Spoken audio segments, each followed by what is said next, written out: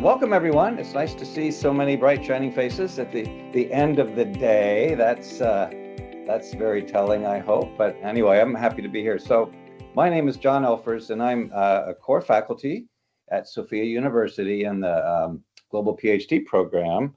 And I'm also the director of the Dissertation Office, and then the Center for Innovation in Teaching and Learning, which is what is promoting this particular certificate in teaching in higher education, which I will be talking about. So we have a lot to cover. I'm going to share a little bit about what makes good instruction and why it's important to have training and professional development as an instructor. And then I'm going to share a little bit about the opportunities that you have here to learn more at Sofia through these the 3 courses and the teacher certificate program. So and at the end, there will be opportunities for question and answers. I'm going to go through a PowerPoint that's going to have a lot of stuff on it, and I may not see you if you raise your hand, but I'll try to keep an eye on that. But we will have a time for Q&A at the end for sure. So I wanted to begin by inviting you to reflect for just a moment, and feel free to close your eyes if you want to do this. It's just going to be for 30, 40 seconds. But I want you to think back to your early days as a student in primary school, or maybe it was grammar school or elementary school, those first few years. And I want you to just take yourself back there and think of a fond memory of a teacher. So if you think back, what did the classroom look like? Was there a clock over a chalkboard? That's what I had. And what did the seats look like? And what did the room smell like? I mean, there was probably a particular smell when you walked into the room. Did you play on outside for recess? What kinds of things did you do? And if you think about, your career as a young student, think of a particular teacher that stood out for you, and for whatever reason, maybe they connected with you, maybe they believed in you, you related to them. Just think about the qualities of that teacher and the impact they might have had. And well, you can think of all the teachers really that contributed to your learning, as a student. And so I'm going to pause for just one moment and ask, would anyone be willing to just quickly share, take a minute, something about their amazing teacher that they remember? Anyone want to jump in? Raise your hand if you do. Go ahead, Deanne. The ones that I remember, the ones who made some kind of connection with me, that took a moment, and one was like a hug. One was telling me I had done a good job. So there was some kind of connection made in a positive way, are the ones that stand out. Thank you for that. And I want to share something because, we at Sofia, we have our Excellence in Teaching Awards. So we're going to be giving those out for this year, where we recognize amazing instructors. But when schools identify teachers at the elementary level who are the Excellence in Teaching Award recipients, many of them say this is what they do. When the kids come in the morning, they stand at the door and the kids line up, and every student who comes in, the teacher looks them in the eye and says, "Welcome, I'm happy to have you here today." That sort of connection. And I challenge even our teachers in higher education. What do you do to do the equivalent of that each week or whenever? Welcome. I try to do that a lot. Welcome to the course this week. Welcome. So anyway, it is that relationship, and I'm going to go into why that is here in just a moment. So I'm going to share screen. Before we share, I wanted to read out what Simone wrote. She said, "One that helped me through a problem I faced with learning without making me feel bad about myself." Thank you, Simone. Yes. How often can teachers so easily make us feel bad about ourselves for not being smart or giving the wrong answer or something? I remember getting called out for talking out of turn, and I still feel shame. I still feel shame. Anyway, so let me just share my PowerPoint here. Hopefully you can see this. I can't really, I guess when I do this, no, I can see you all at the same time. Okay. So here was my opening slide, and then here, this was, one of the fond memories you have of a teacher in school. So I want to say a few things just in general about education to kind of set the framework, and a little bit about myself. I got into education as a profession because I knew that I was a lifelong learner. And as a teacher, I would always be learning. And I can't think of a more rewarding career than teaching. I just feel blessed every day. I've spent 25 years in K-12 public education and 10 years in higher education, actually 11 or no, more than that now, 15. And I've taught every age group from primary grades to the doctoral level. And I have taught in all kinds of settings, including prisons, military bases, schools, and I loved all of it. I feel really blessed. I love this quote from Krista McAuliffe here at the top. I touch the future, I teach. I think it says it all. And if you do not recall, Krista McAuliffe was the first teacher in space. And regrettably, she was on the Challenger shuttle that exploded after takeoff in 1986. So Krista still inspires us. She's with the stars, and she inspires us still. So, if you're thinking of entering teaching as a profession, teaching is not going away. There are many forms of teaching. There's educators, instructors, mentors, tutors, coaches, professors, there's AI material, online, in person, all that kind of stuff. Even with the opportunities to learn online or through various media, the need for teachers is not going away. There are just so many ways to be a teacher, especially for adult learners. So here's my experience. Most of my career in education was in doing professional development. So I was training teachers how to teach challenging subjects or how to teach challenging students. But when you think about being a teacher, what do you imagine? What are you doing? Do you have a scene like this with an expert in front of a large audience giving a lecture? Is this the model you might have in your mind? This is a very familiar model. So, the point I want to make here is that teachers tend to teach the way they were taught, how they learned, unless they learn other ways and have other experiences. So this model of teaching is an old one and has been around a long time. And this type of lecturing can be an important part of teaching. But teaching is so much more than standing at a podium and sharing what you've learned. It's more than just sharing content. That's a really important point I want to make here. Teaching requires specialized skills. It's both an art and a science. And there is a set of specialized skills and competencies that go into being a good instructor. There's a whole body of research on this. Teaching involves motivating students to want to learn and become passionate about a topic. Teachers are able to create meaningful and exciting learning opportunities for their students. They create curriculum and regularly assess student progress. And most importantly for me, good teachers are lifelong learners. They don't stop learning along the way, but are also engaged in the learning process just as their students are. Another important point here I want to make is that teaching and learning are relational. Teaching is less about content and more about the relationship that I have with my students. So if you think back to, grammar school, when I asked you to think about that, you probably don't remember things like when I learned, 3 times 3 equals 9. What you likely to remember are the relational things, a relationship with another student that your life, you're still friends, or that teacher that really made a difference. The emotion around that is more likely what is current in your memory.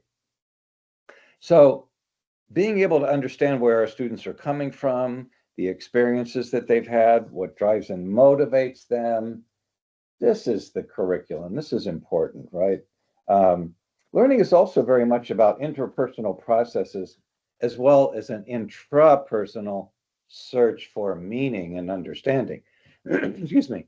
Each learner has to create meaning for themselves, but they do so in relationship with others, and that other being material as well. So in some kind of relationship with an other.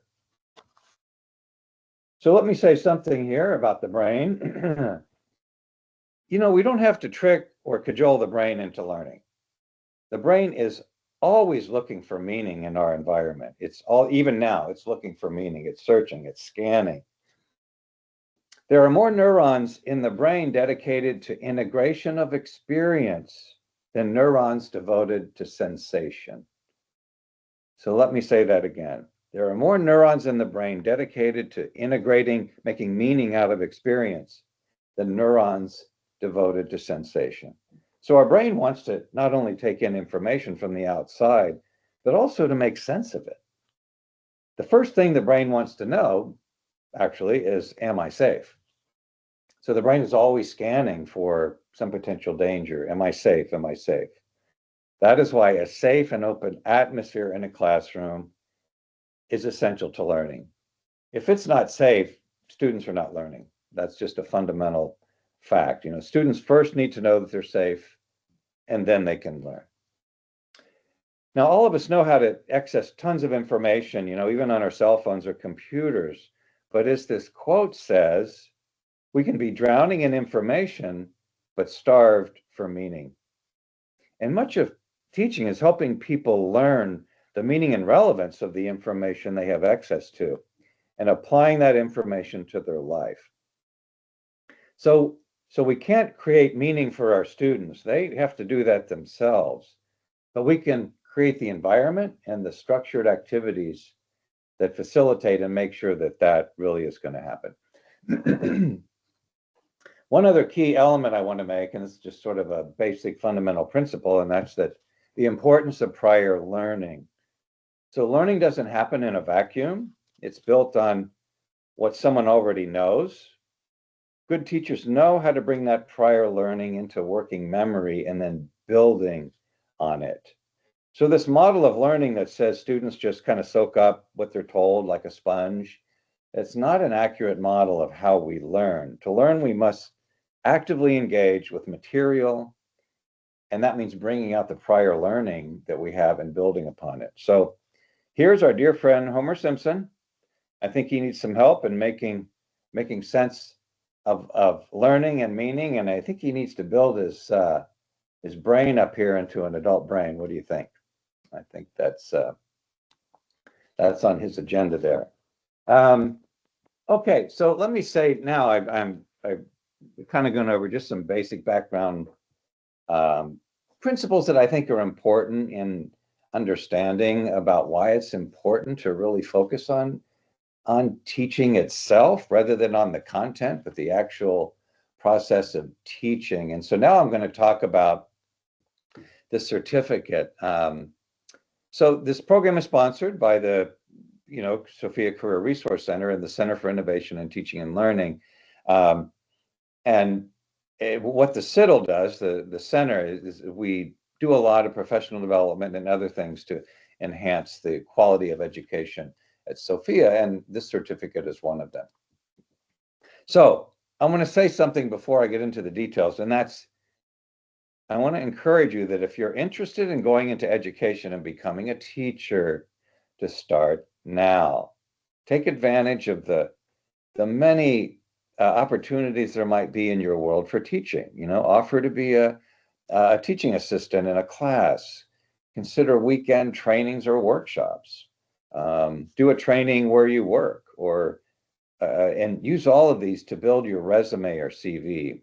It can really make a difference if you can show that you already have experience as a teacher, a trainer, a coach, a mentor, an instructor that will really help build that resume that you have. And there are many online opportunities for teaching now too. Places like Coursera and these different places, they let you put your courses up there, and so you can use those or apply to teach at a local community college anywhere. Just use whatever opportunity you can to get started, I guess is what I want to say. So let me say something about the certificate program itself and who is the audience. One audience is for current Sofia instructors. We have been using these courses to do professional development, and I first piloted the courses by inviting Sofia instructors in so that they can enhance their skills. We've had probably 25 Sofia instructors go through the first course. But current Sofia students are eligible to take it, particularly if they know they want to teach in higher education. While you're doing your education, now is a good time to jump on this, to plan for the future. You can have these courses on your resume. You can show that you've already taken some coursework in how to be a good instructor. And then our alumni are also eligible, those who have already graduated. Many of them are teaching or want to teach, and so they're welcome to come back and take these courses. And then eventually, we're also offering these to the general population. So Camilla, our marketing people, are also kind of, putting out the word and promoting these courses. Okay, so let's go into the details here on the courses. So I just want to be clear that the courses focus on teaching adult learners in higher education. So it's not for primary or high school age. It would be undergraduate or graduate level. But there's other ways of teaching adult learners. If you're a trainer at work, or you do training for a particular a curriculum or something, or a course of study, or a coaching certificate, any kind of teaching with adult learners, these skills will apply. And the focus is on teaching both in online environments as well as in-person teaching and instruction, or hybrid programs. Many in-person programs, even at colleges, have some sort of online component where you submit your homework, or you pull down your articles, your reading, all that. So many courses are actually hybrid already anyway. But the focus here on these courses is for all three of these: online, in-person, and hybrid. So there are 3 courses that we offer through the CITL. The first one is Teacher Competencies for Adult Learners. That's the foundational course. And I'm going to talk a little bit about what is involved in that course. The second one is Creating Instructional Media. And the third one is Teaching for Transformation and Equity, Inclusion, Diversity, and Accessibility. So this course can be taken individually, but if you take more than one, you should do them in sequence. And for the full certificate, of course, you would take all 3. So each course is 10 modules long, and it's over the 10 weeks, so it follows the same quarter schedule that we have. It's not different. It's, spring quarter, summer, fall, winter.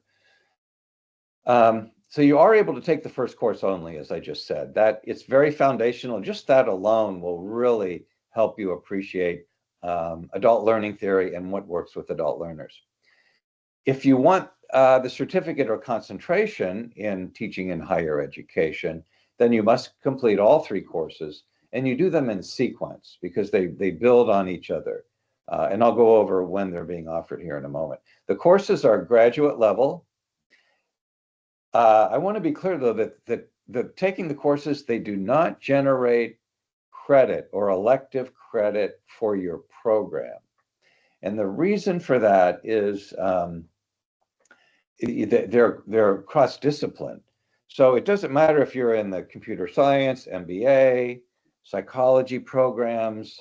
The principles that we're discussing in teaching in higher education apply to all of them. So the content we're working with isn't specific to MBA or computer science. It's really just how to teach. So they don't generate credit for your program. You already have electives for that. The overall, I calculate that I'm thinking it takes about 3 hours a week of work to complete each module for each week. About 3 hours. That's how I develop the courses, and I think that's kind of held true. There's a certain amount of reading and posting and some projects you're working on. For the projects I give you time, I'll give you a couple weeks to work on that. So I'm thinking about 3 hours a week. So the teacher competencies for adult learners, it goes into what is student-centered learning, what is whole person learning. It does kind of a basic primer in what is adult learning theory, what actually works with adults, which is different than learning theory for children or high school students or adolescents. It's adult learning theory is its own discipline. You learn how to create measurable outcomes. For a course, you start building a course, you learn to create authentic assessments for assessing learning. You begin to study backward design. Very quickly, backward design and creating a curriculum is starting with the end in mind and working backwards. So you start off with, at the end of this course, what do I want my students to be able to know, think, feel, or do? That's where we start. And I outline that. This is what I want them to take. When they leave my class, this is what they're going to have. And then I work backwards and I think, okay, well, how will I assess to make sure they actually have that? And then I create my assessments. Well, this will tell me if they have it. Then I work back from that and I go, what lessons, activities will help them get to the point where I can assess their competence in the learning outcome. So it's kind of this backward design. It focuses a lot on project-based learning, which is learning by doing, learning through projects, flipping the classroom, spending class time actually in discussion, and having content delivery be outside of class, where it's typically in the class. We'll put that outside and use the classroom for discussion. And then in giving feedback, giving effective feedback to students is an art, and there's a whole set of competencies and research about what makes for effective feedback. The final project for this first course is you create an outline for a 5-module course. Not all the details, not all the learning, not all the media, but an outline for a 5-module course on a topic of your choice. Doesn't matter as long as it's undergraduate or graduate level. And then you get to share that with other instructors, and we share amongst ourselves. The Creating Instructional Media course is one where you look at resources for creating videos, PowerPoints, narrated lectures, presentations.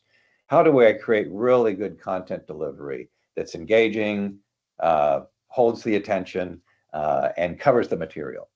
How to find copyright-free source material using a learning management system and creating modules in a learning management system. So in this course, you actually get your own Canvas shell, a Canvas shell, which is our learning management system, and you get to start building a few modules in there. Not an entire course, but you get practice in working directly with Canvas and creating your own course. And by the way, Canvas is a fairly mainstream learning management system. If you can do Canvas, you can do Blackboard, and it's pretty easy to learn these other systems. So we give you an opportunity to learn directly. The final project there is building 5 modules, your 5-module outline, putting them in Canvas with some media. You do an instructor introduction, a couple lectures, and then we share that with other instructors. Okay, teaching for transformation and equity and inclusion, diversity, and accessibility.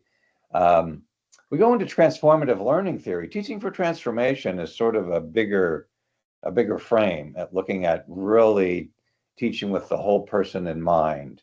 And so we look at various models of transformation. What does learning theory say about that? Teaching for social and environmental transformation.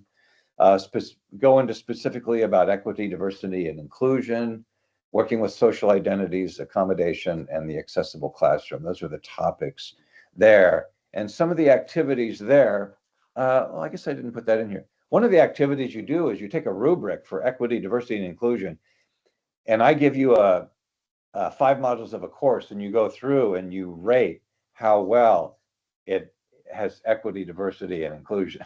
And it's a course that I developed, and there's a lot of room for critique. So you get to critique one of my older courses with a rubric and say, yeah, you could do some improvement there. That's one of the activities in this particular course. Just a few general comments. There's research, support, and skills for the activities. We'll go into a little bit about APA 7 scholarly writing. You have access to the virtual writing lab. We'll look at some AI academic search engines. We talk about plagiarism versus referencing and researcher integrity. Those are just some things in the background that will be emphasized along the way. In the class discussions, we'll use Canvas. We insist on confidentiality. Posting on time is important. And then there's a lot of opportunity for personal and scholarly reflection in the discussions. And here's the course schedule. So the course sequence, it'll start in winter of 2026 with the teacher competencies for adult learners. I'm taking the fall quarter off. I'm just finishing up the third teaching for transformation right now. So the next sequence will start in winter, and then creating instructional media will go in the spring. You're welcome just to take that first course. That is always open to you, and then you might get excited and want to do the other two and do the entire sequence. The tuition is $800 a course. I'm finding out you can't really use, since this is sort of outside the program electives and course required courses, it has to be paid for separately. It's an additional certificate. And we can talk about that if you have questions. The other thing I want to say is that we now have a badge that when you complete the certificate, you get a badge, Teaching in Higher Education, from the Center for Innovation in Teaching and Learning. Let's see, for more information, you can reach out to me. You can talk to admissions. Rosalie and Lita, I'm sure you can refer folks my way as the questions come in. And yeah, so we have 15 minutes remaining for all your questions.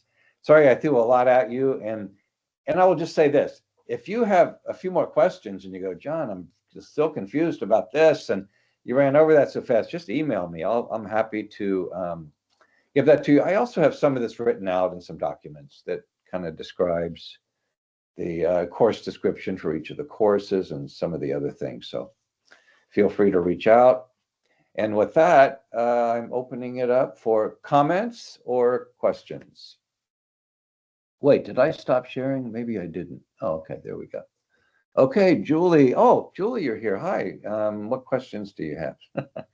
Good to see you. How are you? Good to see you. How are you doing?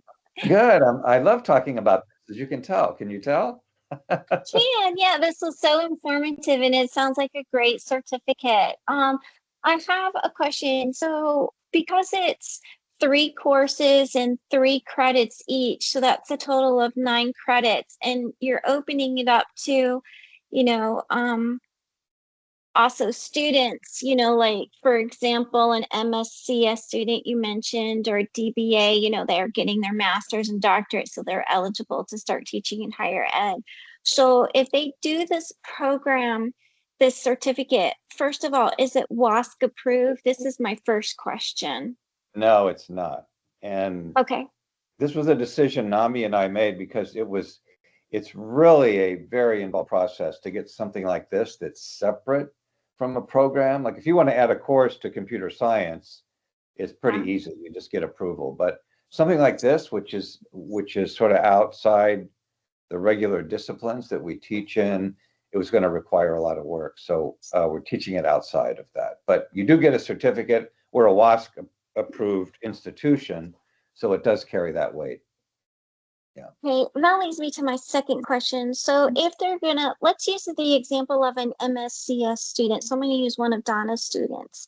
So let's say that Donna's got a student working on their degree, and they're already doing 2 concentrations. So they've completed concentration 1 and they've completed concentration 2. Are they allowed, according to their F1 visa status, to do this third certificate or concentration? Would they be allowed to do that since it's outside of the box?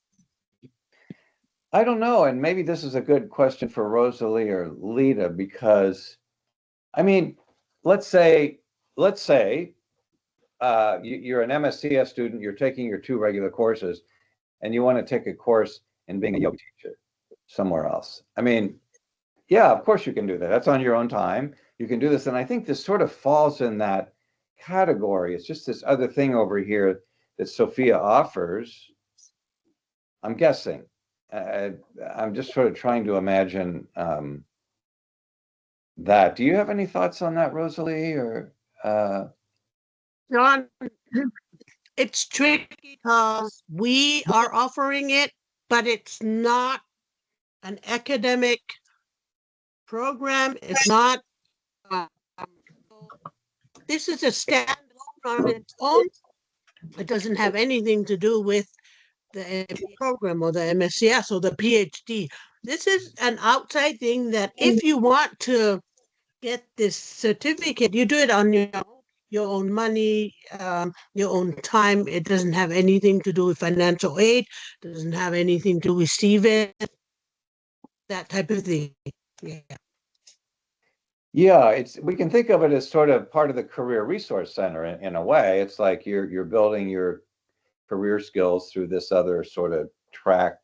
It's at Sofia, but it's not one of the academic programs, if you will, even though it's academic. So that's a Not little an elective. even though it's focused on academics, but it's not a formal academic program. Does that make sense, Julie? It's not active that they can choose from any program that they are taking. It won't be financial. It won't be. I think we missed your voice, Rosalie, or I'm Yeah. not sure if it is Yeah, only on my think- end. Yeah, can you say that again, Rosalie? You kind of came in and out. Yes. I turned off the camera and hopefully I can say. So this is not an elective. It doesn't bear any academic units for any program. It's a standalone, it's an outside thing. It's a thing they can do if they want to do, but it's not paid for by financial aid. And I don't know if what CVIS regulations are for students doing extra things like this, but yeah, it's not part of their academic program, degree program, not part of the academic degree program. It's a certificate on the side.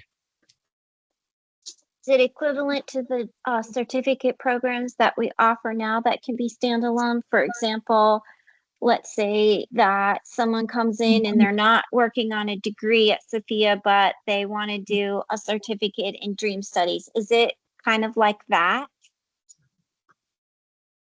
Let me jump in here. Yeah. The certificate that John has is what we label as a professional certificate. Like my certificates in MSCS are graduate level certificates, but F1 students can't even come in and take a graduate level certificate. They have to be in a degree program. So even a graduate level certificate with graduate level credits for each class doesn't satisfy their F1 requirements. John's program is a professional certificate where it's not related to WASC, it's not related to all of those accreditation agencies. It's at the professional level, tailored toward professionals to help their career. So it's not like credit bearing or anything like that. Thank you, Donna. You helped me understand how to language that. It's a professional degree. It's not aligned or attached to any of the academic programs. Thank you. Yeah, thank you for that. And I have a question here from Jerry. Can I apply through the registrar? And actually for this, because it's not part of the academic program process, you register through me. I sign everyone up and I track all the records and issue the certificates out of the Center for Innovation in Teaching and Learning through Sofia, and all that. So anyone who's interested, you reach out to me, and we'll be putting out probably a blurb before the next sequence starts to let people know. So other questions?